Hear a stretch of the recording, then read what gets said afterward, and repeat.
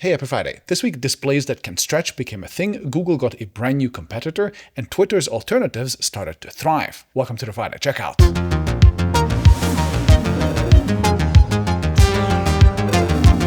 This video was sponsored by Bellroy.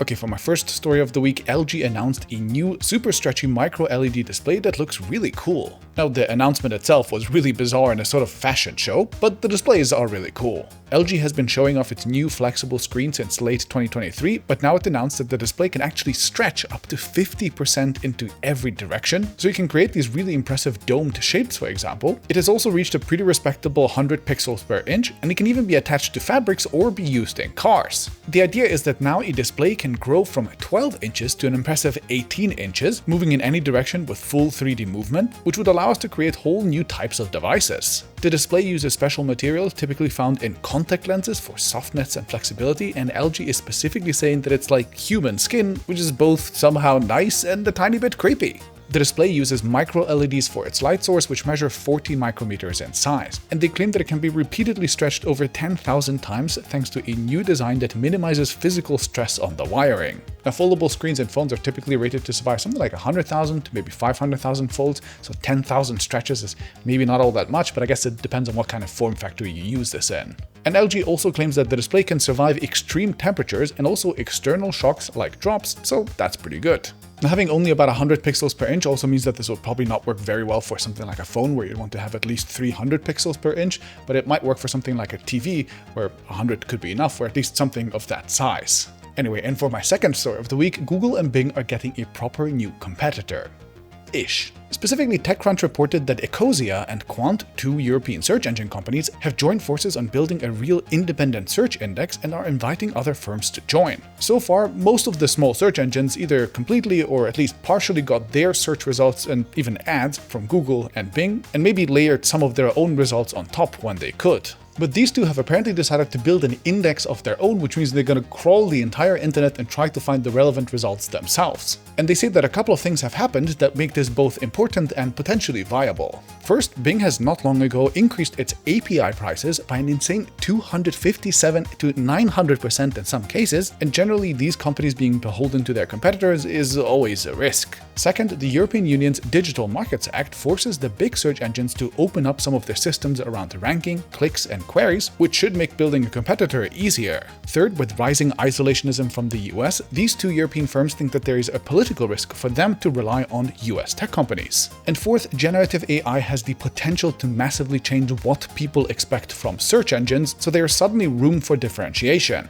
Now, I agree with most of these, but whether Ecosia and Qwant will be able to pull this off is to me a little bit uncertain. Ecosia, according to TechCrunch, has 20 million users, while Qwant has 6 million, at least in France, which is a very far cry from the likes of Google, who reportedly has a web index of about 400 billion documents, and of course also immense computing power. Also, since the rise of generative AI, places like Reddit have taken their valuable content away from the open web, and if you want to search them, you now have to make a special deal with them. That might be a huge challenge. Their plans regarding generative AI are also pretty fuzzy for now, and I suspect that many of the environmentally conscious folks who use Ecosia, for example, might not celebrate it at all. Either way, the index is apparently starting in France next quarter, and then it's going over to Germany next, and then everywhere else after that.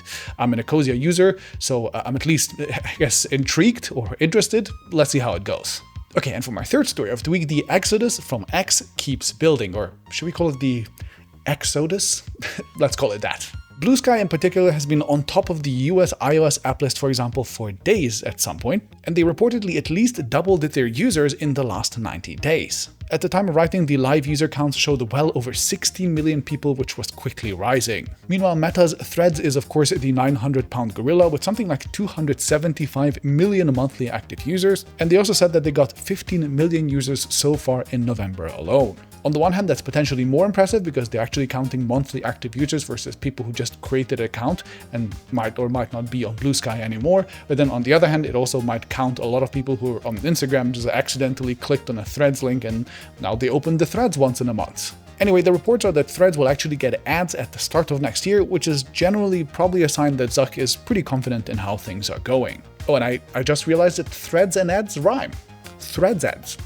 And rounding out the trio, the ActivityPub-based universe that Mastodon is a part of is now sitting at around 10 million accounts, of which about 1 million are active a month. Networks are extremely hard to switch at first, but then everything gets exponentially easier the more people do it, so I expect to see continued momentum here for a while. I of course have a profile on all three and I mostly prefer Mastodon, but Bluesky has this really cool feature called starter packs that let you click on a link and get a list of accounts that you can follow, and I made one that I think is relevant for the people who like my stuff, so you can check that out in the description. Okay, moving on to our release monitor, we'll start with the Red Magic 10 Pro series of gaming phones, which were announced with the Snapdragon 8 Elite Extreme Edition, that's you, and also loads of RAM and storage, an extensive cooling system including liquid metal, and perhaps most impressively, a 7050 mAh battery. That is massive. And meanwhile, the other interesting release is a RISC-V motherboard made for the Framework 13 laptop by Deep Computing, with a basic mainboard starting at $199 up to $820 for a Pro kit. Definitely only something for developers, but hey, a real RISC-V laptop. And now onto the brief, we start with the Galaxy S25 being expected to launch on the 23rd of January in San Francisco, and it's probably going to be a Qualcomm-only generation for Samsung. Okay. Moving on, Apple's next rumored product will be a quote AI wall tablet for home control, Siri, and video calls, according to Bloomberg. So kind of like an Amazon Echo Show, but with a 6-inch screen for Apple and a $250 price tag. Not bad, I guess. And meanwhile, in the funniest news of the month, The Onion has bought InfoWars, Alex Jones's notorious site, out of bankruptcy, and they did so together with the families of the victims of the mass shooting at Sandy Hook's elementary school. What an absolute power move, and of course they'll use it to troll all the people that you'd expect. Moving on, AMD announced that it would cut 4% of its global workforce and focus on AI chip development above everything else. That is about 1,000 unfortunate employees. And I'm sure gamers will be especially understanding and chill about being deprioritized over AI. And speaking of Nvidia, the company announced the Nvidia app, which replaces the old and very bad GeForce Experience app. This now no longer needs a login, hallelujah, and will eventually integrate with the Nvidia Control Panel app as well. Nice. And in hilarious news, Mattel, the toy company, made toys for the movie Wicked and then printed the wrong URL on their boxes. They printed wicked.com on the boxes, which is a very not safe for work site, and instead they should have printed wickeddolls.com, but then to be honest, that to me sounds like it should be even worse. Anyway, and in more fails, MKBHD managed to film himself doing 96 miles per hour in a Lamborghini in a 35 mile per hour school zone, which he then uploaded as a cool action footage in a fully sponsored video for DJI. Reckless driving is obviously a crime, and he thought, yeah, that would be a cool thing to do. Then his editor thought, yeah, that's a cool clip, I'll include that. Of course, I'll blur the speedometer, but it's a cool clip, people will love it. And then DJI thought, yeah, we'll sponsor that. Okay, they must have reviewed the footage and they thought, yeah, that's perfectly fine. Something is wrong with influencer culture and car culture. And talking of cars, Volkswagen and Rivian are officially kicking off their $5.8 billion joint venture, and their first prototype has already been demoed, which is reportedly a Volkswagen test vehicle with Rivian software created by the engineering team over a 12-week period. Pretty impressive turnaround. Volkswagen desperately needs better software, while Rivian desperately needs cash and scale, so this could be good. And talking about things that are not good, you might remember that a few weeks ago I complained about the rainy season here in Berlin. And back then you've already heard me rave about my Bellroy Transit backpack for this exact weather, but now in addition to that I also got a matching little companion for when I only need to carry smaller loads. It's called the Venture Ready Sling, and it did what I thought was potentially impossible. It is the first sling that I've tried that didn't immediately make me look like a dork. Quite the opposite, I really like how it looks, and it's especially fantastic while riding a bike. Outside it uses this beautiful 100% recycled nylon fabric that is ultra durable and also properly water resistant. It has these amazing coated zippers that I love on so many Bellroy products that I have. And meanwhile inside it's also made from fully recycled materials, but these are all designed to be ultra soft. Of course, like any Bellroy product, it is full of clever little designs like this dedicated key clip so that your keys don't end up scratching all of your stuff, or this AirTag slip pocket that is guised to look like a simple label, or this hidden back pocket that you can safely slide something like a passport into, or this magnetic latch, which is one of my favorite signature Bellroy designs. Ultra easy to open on purpose, but rock solid otherwise. It's a really nice combination of functionality and good looks. And if you've seen my Transit Backpack Plus video, you'll know that that has pretty much the same ideas, just more and bigger.